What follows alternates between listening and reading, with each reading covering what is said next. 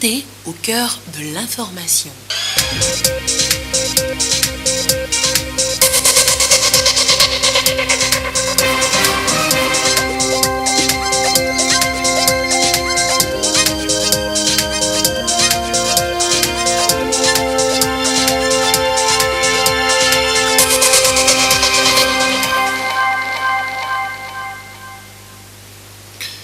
Mesdames, Messieurs, bonsoir. Bienvenue sur la télévision togolaise pour le journal du soir. Voici le sommaire.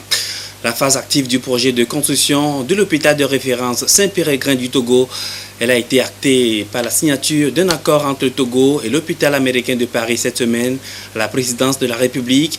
Les deux parties ont défini les termes consensuels de ce projet du chef de l'État, Faure Sozimna Gnassingbé.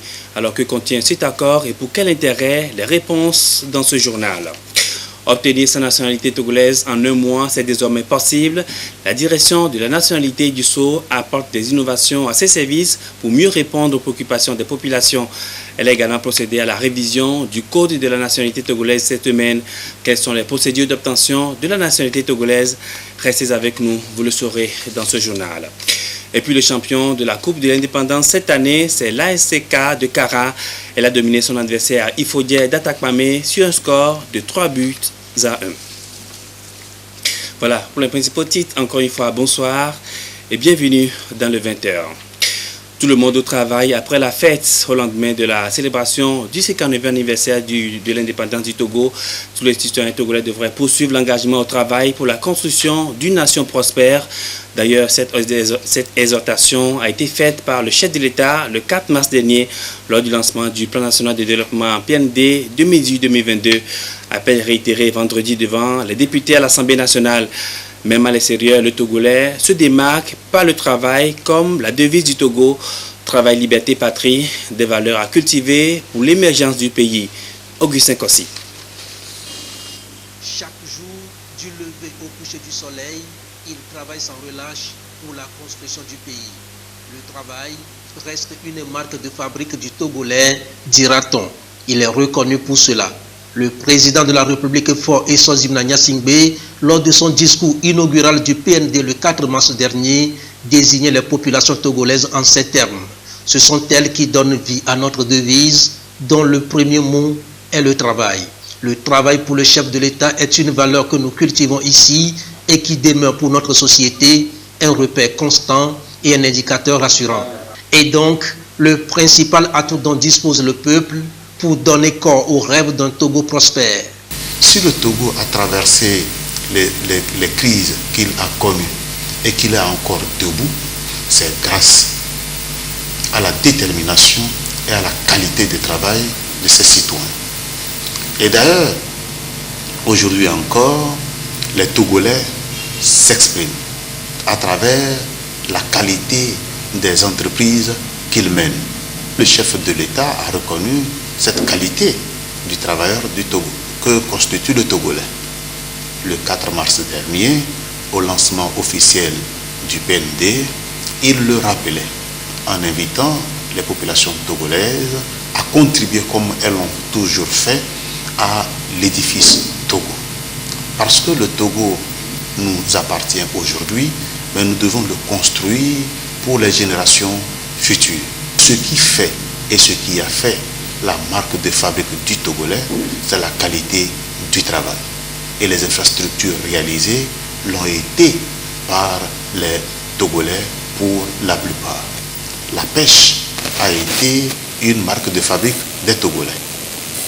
L'agriculture aussi. Dans la sous-région, on estime que la marque du Togolais reste le travail, aussi bien avant qu'après les indépendances. Le monument de l'indépendance, par exemple, a été réalisé grâce à la contribution de tous les Togolais.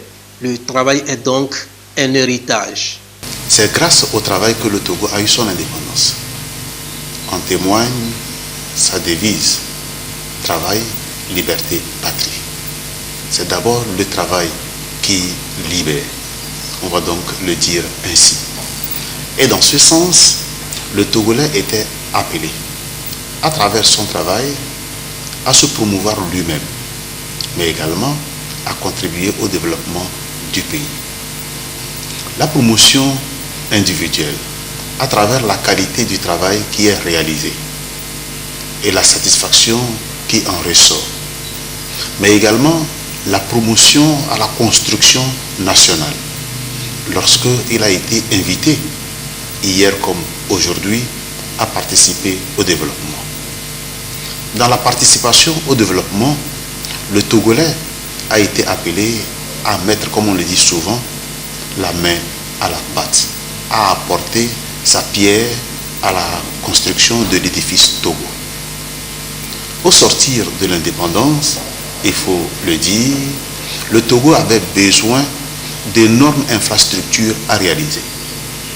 Et à l'époque, comme d'ailleurs aujourd'hui, les ressources nationales ne pouvaient pas à elles seules satisfaire les besoins.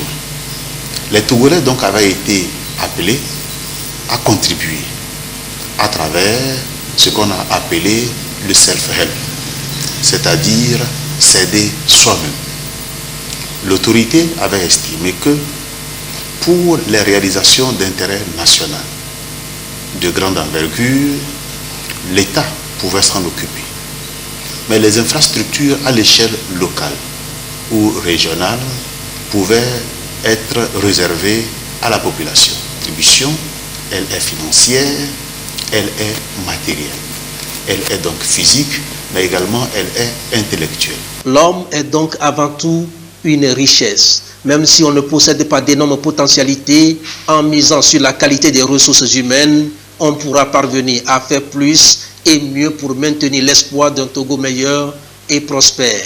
Une prospérité qui appelle, c'est qu'en 9 ans après l'indépendance, chaque Togolais et chaque Togolaise a plus d'engagement dans le travail.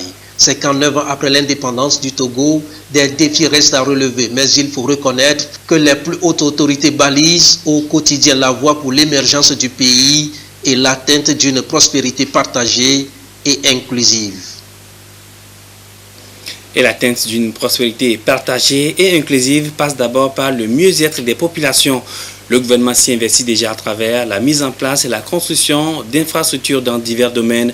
Le projet de construction de l'hôpital de référence Saint-Péregrin du Togo est dans sa phase active. Un projet du chef de l'État appuyé par la Caisse nationale de sécurité sociale. Et justement, un accord a été signé entre les deux parties cette semaine à la présidence de la République, en présence des membres du gouvernement et des conseillers du chef de l'État.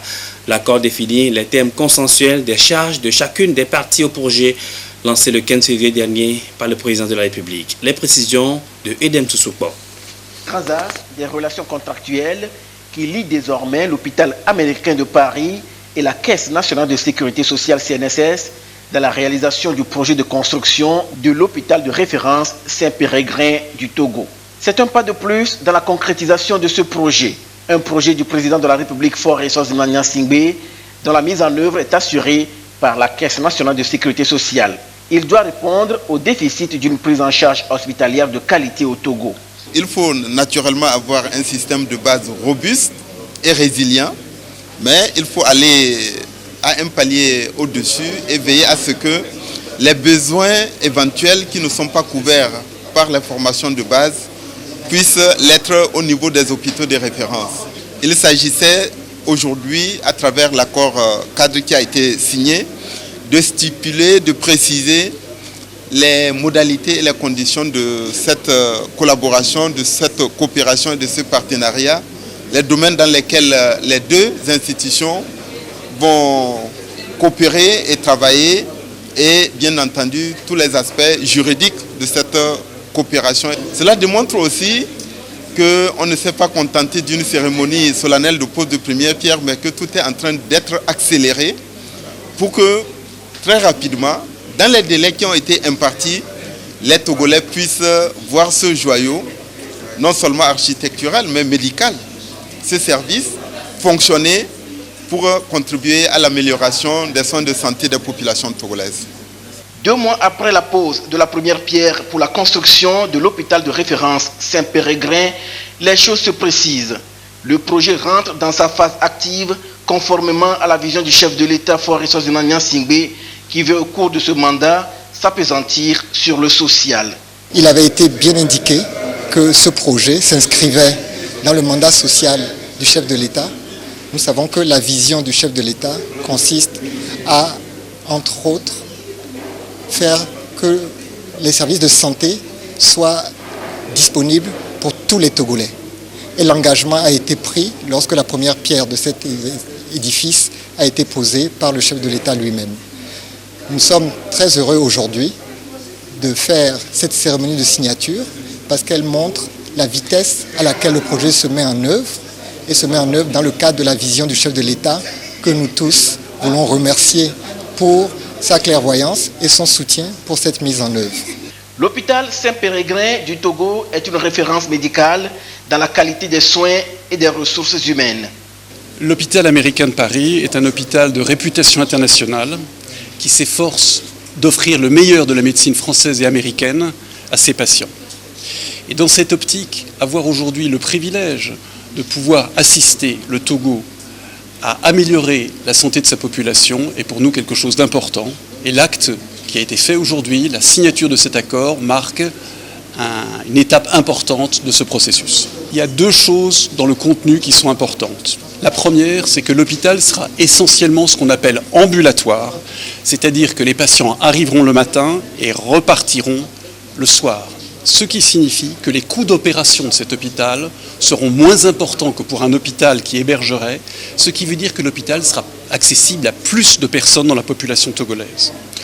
Deuxièmement, nous avons défini toute une série de services pour lesquels nous assisterons la Caisse nationale et les médecins pour la mise en place, et ça porte sur la définition des projets médicaux, qu'est-ce qu'on veut faire comme médecine, l'accompagnement pour les paramédicaux, infirmières, techniciens. Et par ailleurs, il y a deux autres volets qui sont ce qu'on appelle la téléconsultation, pouvoir parler à des médecins au loin en utilisant des outils modernes de télécommunication, et la téléexpertise, et en particulier le partage d'images radiologiques et de contenus biologiques avec des experts qui permettront, à partir de notre hôpital à Paris, d'aider les médecins togolais à mieux orienter et prendre en charge leurs patients. Nous avons également défini les spécialités qui seront les premières, en tout cas, à être mises en œuvre, et celles-ci sont l'ophtalmologie, la cardiologie, l'obstétrique pour les accouchements et la radiologie. Le service de santé des forces armées togolaises s'associe à cette initiative et compte en tirer également grand profit pour la cause des patients. Ceci nous permettra, nous, au niveau du service de santé, de développer à la fois aussi nos qualités. C'est une culture d'excellence pour nous, parce que ça va nous apporter une qualité, une technologie en plus. Nous allons être les deux pieds dedans avec l'hôpital américain et l'hôpital Saint-Pélegrin pour le développement de la santé pour le meilleur de nos populations. Cet accord cadre de partenariat renforce le dynamisme autour du projet. Le directeur général de la Caisse nationale de sécurité sociale, Ingrid Awade, a précisé que sa structure mettra tout en œuvre pour que cet hôpital soit construit dans le délai afin d'offrir des soins de santé de qualité aux populations. L'hôpital Saint-Péregrin du Togo se veut également une référence architecturale de par l'adéquation entre une performance organisationnelle peu connue et une architecture d'une grande lisibilité spatiale. Une référence technologique pour la qualité de ses équipements et une référence écologique de par sa conception bioclimatique. À la suite de cette édition, je donne lecture de ce communiqué de la CENI par arrêté numéro 002/2019/P/CENI, le président de la Commission électorale nationale indépendante, vu la constitution du 14 octobre 1992, vu le décret numéro 2019-048/PR du 19 avril 2019 portant nomination du président de la CENI sur proposition du ministre de la Justice, l'Assemblée plénière de la CENI, entendue, arrête. Article 1er. Sont nommés président des commissions électorales locales indépendantes CELI dans le cadre des consultations électorales de 2019, les magistrats ci-après. Pour la commission électorale locale indépendante CELI, Tone Sinkassé, Djangenan Likriman, CELI Pendjal Ouest, Maman Ibouraïma, CELI Tandouar, Tola Santiébé, Célie Oti, Oti Sud, Kolani Totetuaka, Célie Kéran, Nyama Pidalatanga, Célie Doufelgou, Isso Alassani Rachida, Célie Bina, Abassa Kosivi Atabeso, Célie Koza, Babayara Afo Lamina, Célie Assoli, Laré Kolani Douti, Célie Dankpen, Omoru Abbas, Célie Bassar, Akapo comme la vie, Célie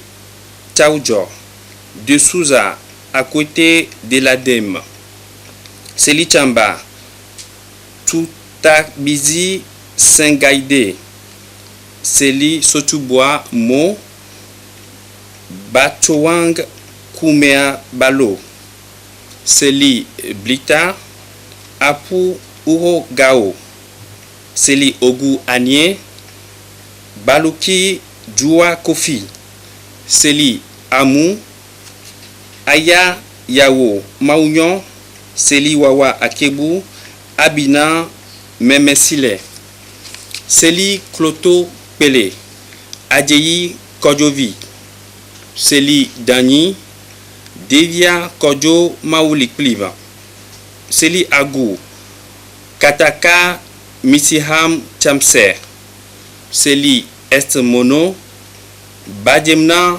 Fagedeba, Célie Moemono, Kousiakou Komi Agbeno aussi, Célie Haho, Agbodi Kosivi Edem, Célie Ave, Pakpayi Odabalo, Célie Yoto, Kantati Yentagina, Célie Vo, Dikounou et Fui, Célie Lac Bamono, Kokoroko Koku Difa, Célie Zio, Bayetin Yobé, Célie Agouanive, 146, Agouanive Toblekope, Adetikope, Kadanga Talim, Célie Agouanive, 235, Legbasito, Vakposito et Zangera, Bakayi Batombu, Célie Golf 1, B Est, Koutuhun Kossi, Célie Golf 2, B Centre, Letaba Baima, Célie Golf 3, B Ouest, Tiakura Sanoka, Célie Golf 4, Amoutivé, Poutouli Abli, Célie Golf 5, Aflaogakli, Kapi Amina, Célie Golf 6, Bagida, Nyon, Manle Bati, et enfin Célie Golf 7, Aflao Sagbado, Kwezi Ankou. Article 2. Le présent arrêté qui prend effet à compter de la date de sa signature sera publié au journal officiel de la République togolaise. On parlait à l'instant de la santé. L'approche contractuelle mise en œuvre il y a 2 ans déjà au Togo enregistre des résultats satisfaisants. Le centre hospitalier régional d'Atakwame fait partie des centres pilotes. Qu'est-ce qui a changé depuis là? La fréquentation a-t-elle augmenté? Que dire des prestations dans ce centre? La directrice régionale de l'OMS en séjour au Togo a voulu en savoir. Elle s'est rendue au CHR d'Atakwame cette semaine. Les précisions de Sivera Boudou. Au centre hospitalier régional d'Atapamé est mise en œuvre depuis juin 2017 l'approche contractuelle, une initiative du gouvernement togolais pour améliorer la qualité des prestations mais aussi assurer une meilleure gouvernance dans les formations pour une couverture sanitaire universelle. 2 ans après sa mise en œuvre, la contractualisation a enregistré des résultats encourageants. Elle a permis le renforcement du plateau technique de l'hôpital, la transparence dans les ressources financières ainsi que l'augmentation du taux de fréquentation.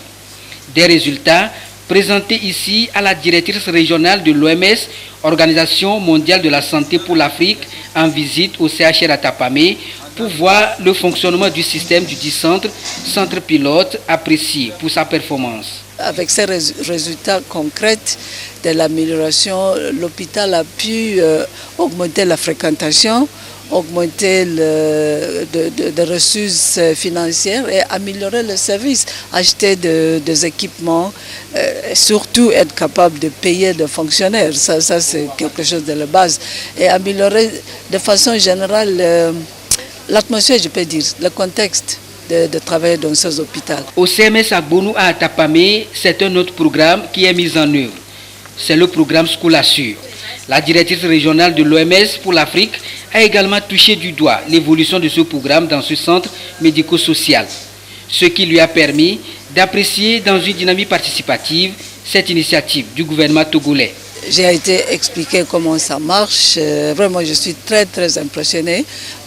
D'abord, c'est une très bonne idée de cibler cette population parce que très souvent nous trouvons que ça fait partie du groupe qui a des difficultés d'avoir accès aux services de la santé. C'est très stratégique et ils sont accessibles comme ils sont à l'école aussi. J'ai trouvé que le système de données, de registration de ces enfants fonctionne très bien. Et c'est une utilisation de technologie aussi qui est très forte, en faisant que même si un élève n'a pas sa carte sur elle, elle peut être trouvée dans les données d'un téléphone mobile dans le centre de santé et être soigné. C'est vraiment formidable comme façon d'élargir l'accès aux soins pour ce groupe de la population et je suis sûr que ça sera élargi dans tout le pays. C'est formidable. L'objectif de cette visite au Togo de la directrice régionale de l'OMS est de se rendre compte de ce qui est fait dans le secteur de la santé, notamment les initiatives mises en œuvre par le gouvernement togolais sous l'impulsion du chef de l'État. Et il y a deux initiatives majeures. School Assure, où on a vu de façon très concrète la mise en œuvre de cette initiative qui est extraordinaire et qui va soulager nos populations et qui va améliorer non seulement l'état de santé des enfants, mais leur présence effective à l'hôpital. Le deuxième point, c'est l'initiative qui a trait à la contractualisation que le CHR d'Atapamé abrite depuis juin 2017. Et il était de bon ton que la directrice régionale vienne à Atapamé et voir les choses de façon concrète. Au CHR Atapamé, la directrice a pu donc se faire une idée de l'approche contractuelle, surtout à travers cette visite guidée à la pédiatrie et à la maternité. Quant au CMS, la médecine générale est le nouveau bloc de la maternité. Le capital humain joue un rôle non négligeable dans le développement de tout pays. Les étudiants ont besoin de savoir ces notions et c'est ce que la représentante résidente de la Banque mondiale au Togo est allée rappeler aux étudiants de l'université de Kara.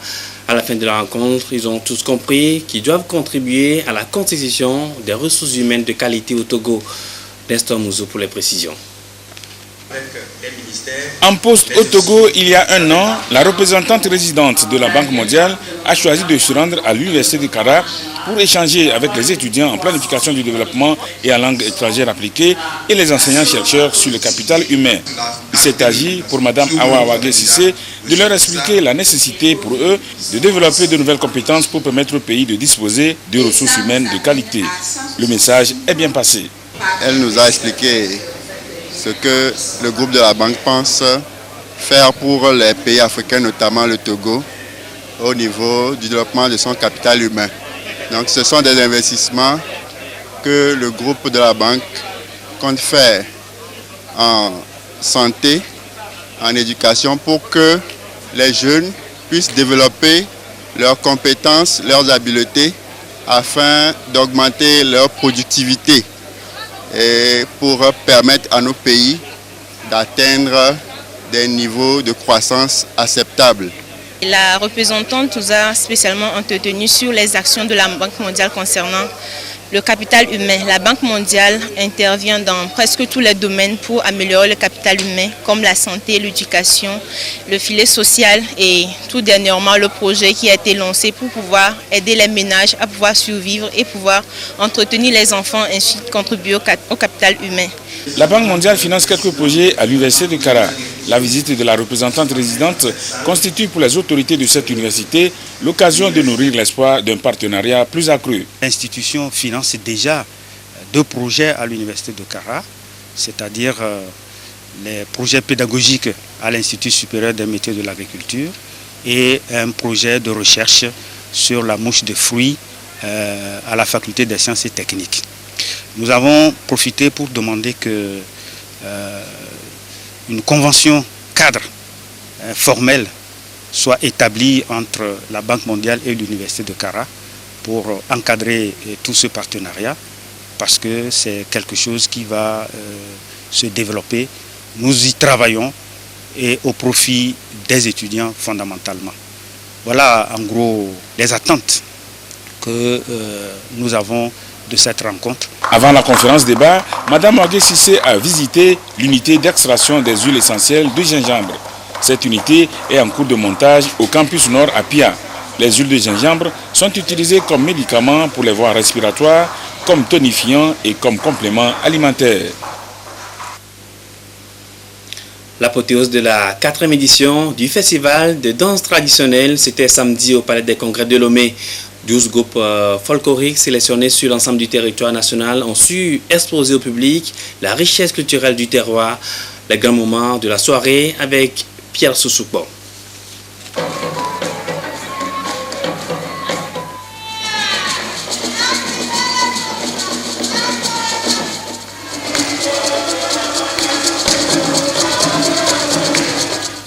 Fête de la culture et de la tradition.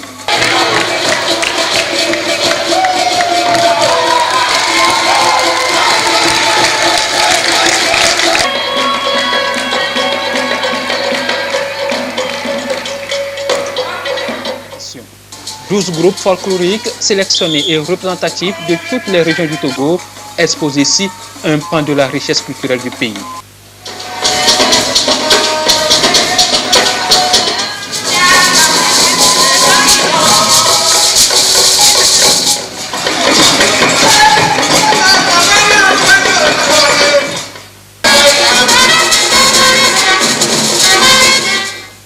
Bienvenue au Festival national de danse traditionnelle. L'édition 2019 a encore rassemblé le peuple.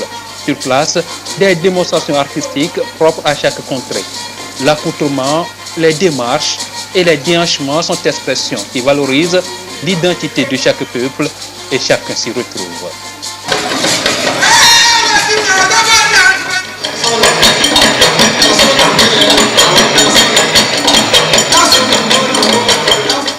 Ce qui a été intéressant, c'est que cela a permis aux uns et aux autres de découvrir les cultures du nord au sud.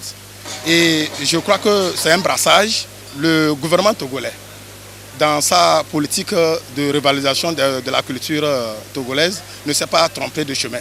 Et je crois que c'est la bonne voie. Nous voulons valoriser nos traditions. À travers de ça, ça va arriver que nos enfants peuvent connaître la tradition.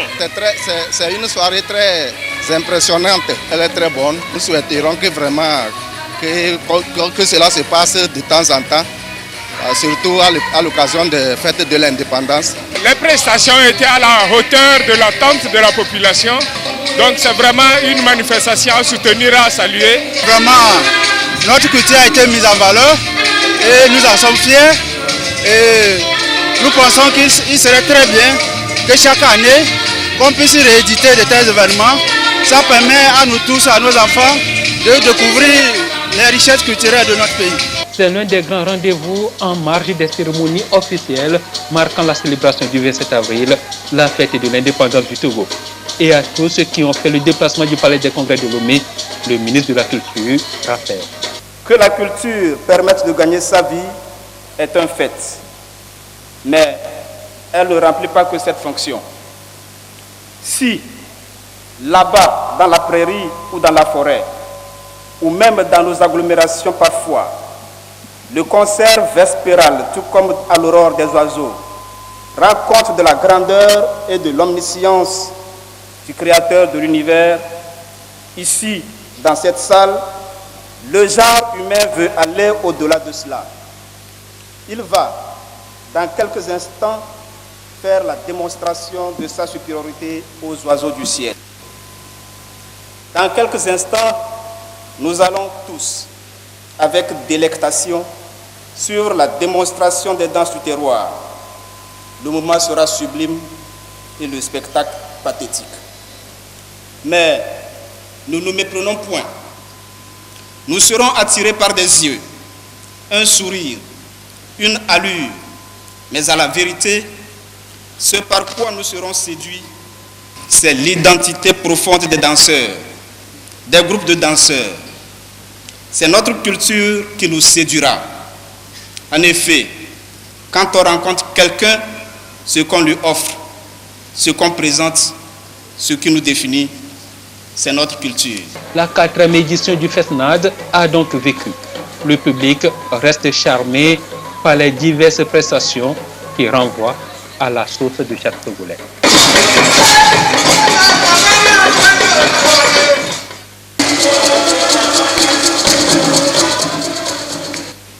Voilà, la richesse culturelle du Togo valorisée.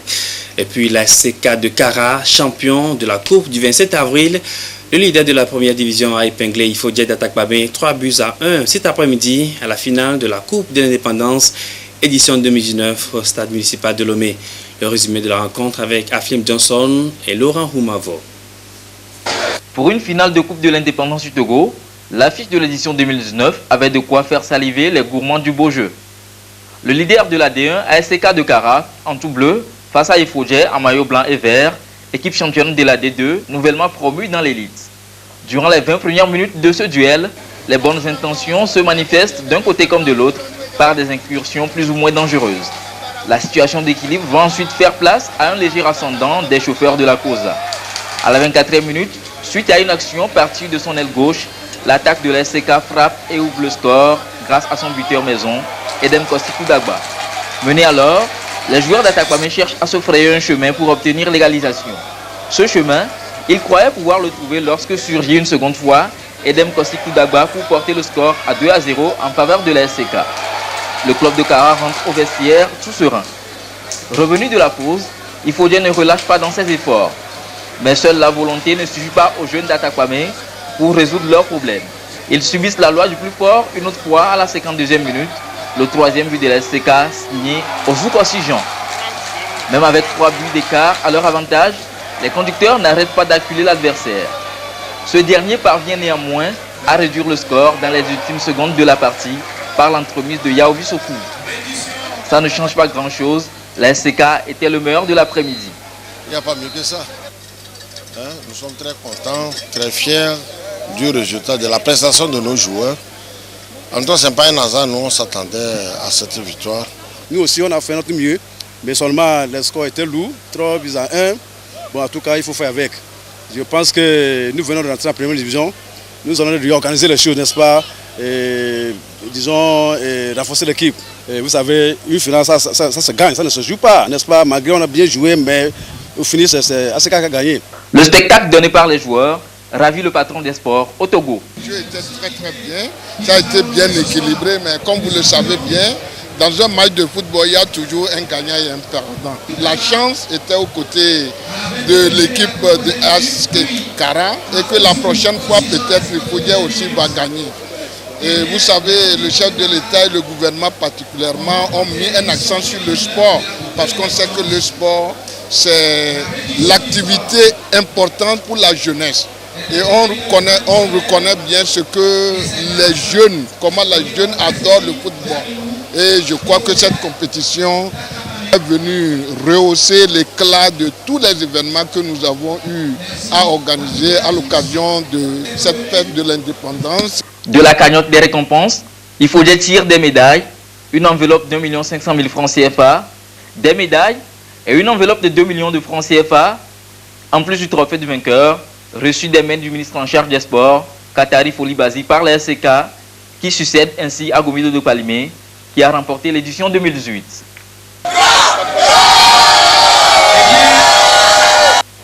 Voilà, un reportage signé Aflim Johnson. Et c'est la fin de cette édition. Merci à vous qui l'avez suivi. Passez une très belle soirée.